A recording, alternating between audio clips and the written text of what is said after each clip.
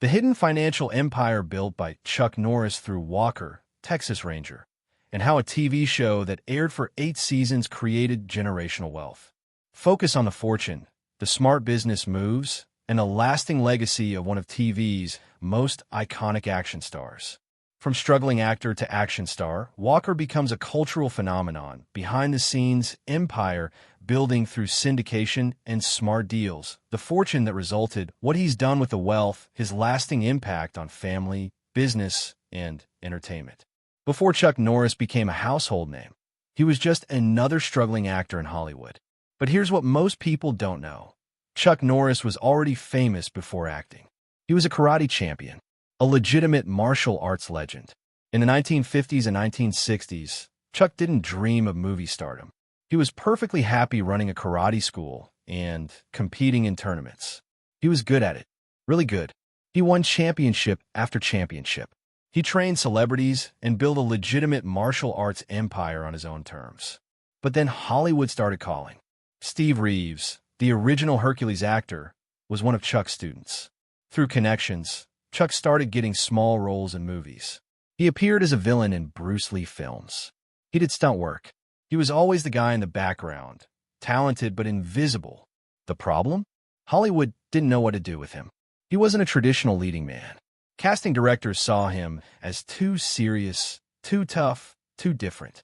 For years, Chuck took whatever work he could get. B-movies, small television roles. Nothing stuck. Nothing felt right. By the time Chuck was in his late 30s, most actors would have given up. But Chuck was different. He had a martial arts background. He had discipline. He had patience.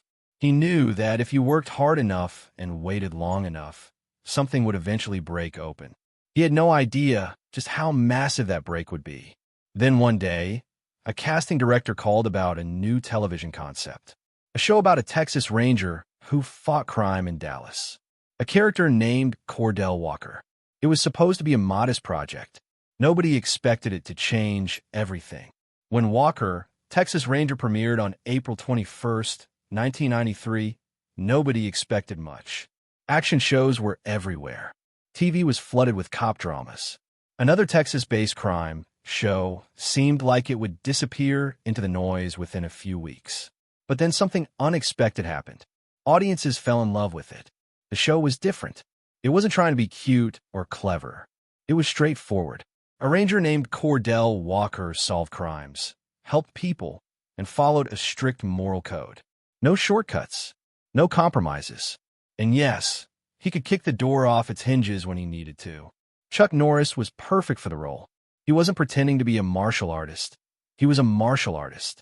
When Walker fought criminals, it looked real because Chuck had trained his entire life for moments like that. The action sequences were genuine. The athleticism was authentic. Viewers could feel the difference. The show's ratings climbed every season. What started as a modest experiment became a cultural phenomenon. Families gathered around their televisions on Friday nights. Kids wanted to be like Cordell Walker. Martial arts schools saw enrollment spike. Chuck Norris wasn't just an actor anymore. He was an icon. But here's what really mattered. Chuck understood something most actors never do. Control. Most actors are hired by studios. They make their paycheck, film their scenes, and go home. The studio owns the show. The studio controls syndication. The studio gets the real money.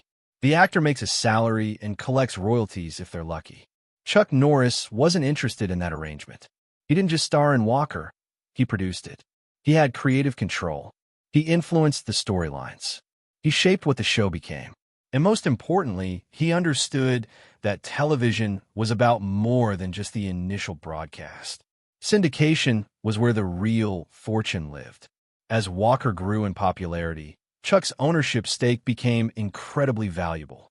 Every time a station re-aired an episode, money flowed back. Every time the show sold to international networks, his position as producer meant he benefited directly. What started as a small action show was being sold to markets around the world. Nobody expected a television show about a Texas Ranger to become one of the most syndicated programs in television history. But Walker was reaching countries most American TV shows never touched. It was dubbed in languages Chuck would never speak. It was solving crimes in Japan, Germany, South America, and everywhere in between. The money wasn't just good, it was transformational. Yet the real genius of Chuck Norris's fortune wasn't just in the show itself. It was in the deals he made and the other ventures he built while Walker was still running. Here's what separates Chuck Norris from most celebrities. He never put all his eggs in one basket. While Walker was airing, Chuck could have just sat back and collected his paycheck. He could have done nothing else and been wealthy for life. Most actors would have done exactly that. But Chuck had a different mindset. He grew up building businesses. He understood that one income stream, even a massive one, could disappear overnight. So while filming Walker in Dallas, Chuck expanded his martial arts empire. He opened more schools. He created training programs. He built a network of instructors who taught his methods and his philosophy. These weren't just small local gyms. Chuck created a legitimate martial arts franchise system. People wanted to train like Chuck Norris. They wanted to learn his techniques. They wanted to be part of the Chuck Norris brand. This was genius for two reasons. First, it created multiple income streams. Second, it kept his name alive beyond just television. While other actors faded when their shows ended, Chuck was building something that would last generations. His martial arts brand wasn't tied to ratings or network decisions. It was independent, but it didn't stop there. Chuck also understood the power of his image and his name. He had merchandise, action figures, video games, workout videos, and instructional content.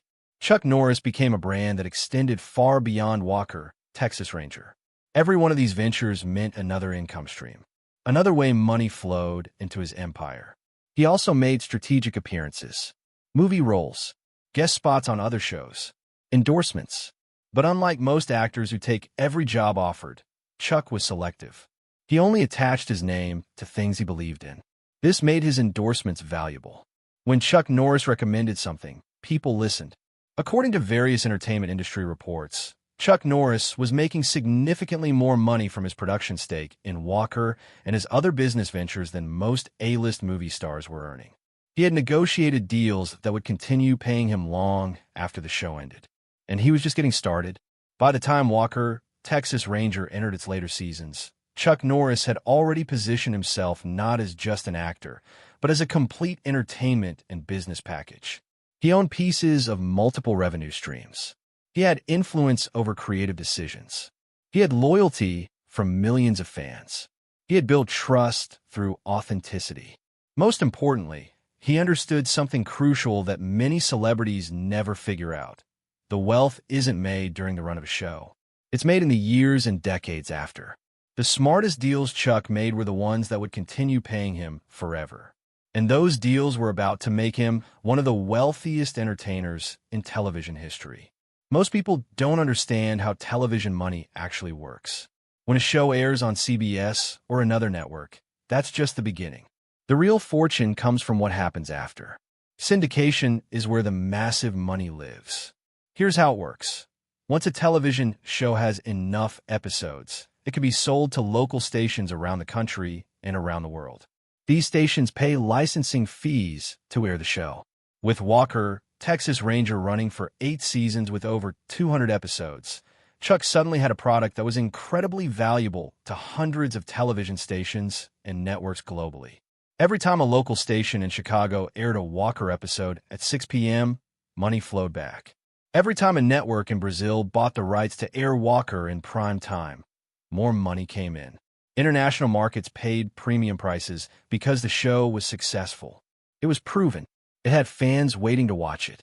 According to industry reports, Walker, Texas Ranger became one of the most heavily syndicated shows in television history. It was being shown in virtually every country that had television. That meant recurring revenue streams from dozens of markets, all flowing back to the producers and the star who owned a piece of the show. And the numbers were staggering. While exact figures were kept private, industry insiders estimated that Chuck Norris's stake in Walker syndication rights alone was worth hundreds of millions of dollars. Some estimates suggested his total fortune from the show and related ventures exceeded $200 million by the early 2000s. When you factor in his martial arts businesses, his endorsements, his production company, and other investments, Chuck Norris had built wealth that rivaled major Hollywood producers. But here's the thing that separated Chuck from other wealthy actors. He didn't stop working. While the syndication money flowed and passively, Chuck continued building. He started his own production company. He produced other shows. He continued appearing in films and television. He wrote books. He built a personal brand that was worth millions in endorsement deals. Every decision was strategic. Every move expanded his empire. What happened next was even more shocking than the money itself. Chuck Norris wasn't hoarding this fortune. He wasn't buying mansions and yachts and disappearing from public life. Instead, he made a choice that revealed something deeper about who he was as a person. He decided his wealth would serve a purpose beyond himself. He decided to use his fortune to help others, to invest in his family's future, and to build a legacy that mattered. And when people discovered what he was actually doing with all that money, it changed how they saw him entirely. This is where the story becomes about more than just money. Chuck Norris had a choice. He could have become like many wealthy entertainers, isolated in mansions, surrounded by yes-men, disconnected from reality. But that was never Chuck's style.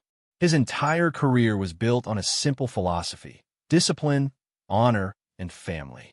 So when the fortune started accumulating, Chuck made an unusual decision. He invested heavily in his family's future. He didn't just give his children money. He gave them opportunities to build their own legacies. His sons became involved in the entertainment industry, production, and business ventures. His family became a unified business enterprise, not just beneficiaries of his wealth. But it went far beyond just family finances. Chuck Norris became one of Hollywood's most generous philanthropists. He donated millions to charities. He supported organizations focused on youth, education, and martial arts development. He believed in giving back to the communities that had given him so much. According to various charitable organizations and public records, Chuck Norris has donated tens of millions of dollars throughout his lifetime, quietly, without seeking attention or praise. He established foundations. He supported causes he believed in personally. His faith was important to him, and he used his wealth to support religious and moral causes.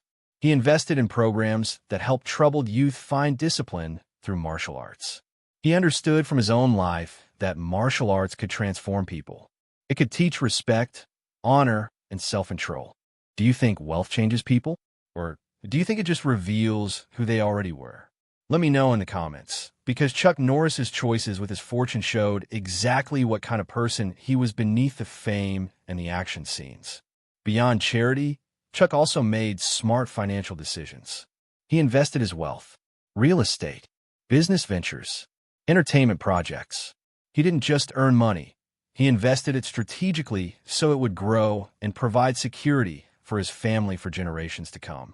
Financial advisors and wealth managers helped him build a diversified portfolio that would weather economic changes. He also made one crucial decision that most celebrities get wrong. He stayed relevant. Even after Walker ended in 2001, Chuck didn't disappear. He continued working. He appeared in films. He did television guest spots. He became a cultural icon and internet meme. Younger generations who never watched Walker discovered Chuck Norris through the internet. New fans meant new opportunities, new endorsements, new reasons for people to care about his brand. This wasn't just about staying famous. It was about maintaining leverage. It was about proving that his value went beyond one television show. Every new project, every new appearance, every new generation of fans meant his negotiating power stayed strong. His wealth wasn't tied to the past. It was tied to his ongoing relevance. By the time the 2000s arrived, Chuck Norris had built something almost unprecedented. A fortune that kept growing, a family that was secure for generations, and a legacy that meant something. Yet the final chapter of his story might be the most important one of all. When Walker, Texas Ranger ended in 2001, people thought it was over. The show had its run. It was successful. It was time to move on to whatever came next. But something unexpected happened. The show didn't fade away. It grew stronger. Walker became timeless. New generations discovered it on cable, then on streaming services. Fans who watched it in the 1990s introduced it to their children. International audiences found it decades after it originally aired. The show that seemed like a product of its time became something more, a classic. Walker wasn't just a television show anymore. It was cultural history, and that meant Chuck Norris's fortune kept growing. New streaming deals, new licensing agreements, international broadcasts on platforms that didn't exist when the show originally aired. Every new platform meant new revenue. Chuck had built something that transcended its original medium. Walker, Texas Ranger, was valuable to Netflix. It was valuable to cable networks. It was valuable to international streaming services. The show that made hundreds of millions during its original run was still making millions decades later. But the real legacy isn't measured in dollars. Chuck Norris proved something that most entertainers never understand. Longevity and integrity matter more than quick money. He built his career on values that people respected: honor, discipline, helping others, fighting injustice. These weren't just themes in Walker. They were who Chuck Norris actually was. People could feel the authenticity. They knew he wasn't pretending. He believed in what he represented. That authenticity is worth billions in cultural capital. His influence extended beyond entertainment. Chuck Norris became an action movie star. He became a martial arts legend. He became a philanthropist. He became a family man who used his wealth to help others. He became an internet cultural icon. He became proof that you could be successful, wealthy, and still maintain your values. Before we reveal the incredible comeback story that almost nobody knows about, subscribe, because stories like this show what actually happens when entertainers build empires instead of just collecting paychecks. The difference is everything. Today, Chuck Norris's fortune, built from Walker, Texas Ranger, and decades of smart decisions, provides security for his entire family. His children have opportunities. His grandchildren will inherit a legacy that extends far beyond money. They'll inherit a name that means something. They'll inherit values that have already shaped generations. That's something money alone can't buy. The fortune that makes his family cry isn't just about the numbers in a bank account. It's about what those numbers represent. It's about a man who started with nothing, who was told he'd never make it in Hollywood, who built an empire through discipline, intelligence, and integrity. It's about a legacy that will outlive him. It's about proving that the biggest fortune isn't what you accumulate. It's what you create that lasts forever. Have you ever worked hard for something and felt like the world was against you? Many people have faced moments where they wondered if their dreams were even possible. Chuck Norris's story shows that with the right mindset, anything is possible, and that the success you build can change everything for the people you love. If you thought this story was unbelievable, wait until you see what happened to other action stars from that era. Some built empires. Some lost everything. That contrast is absolutely shocking. Watch next to see how differently their stories played out.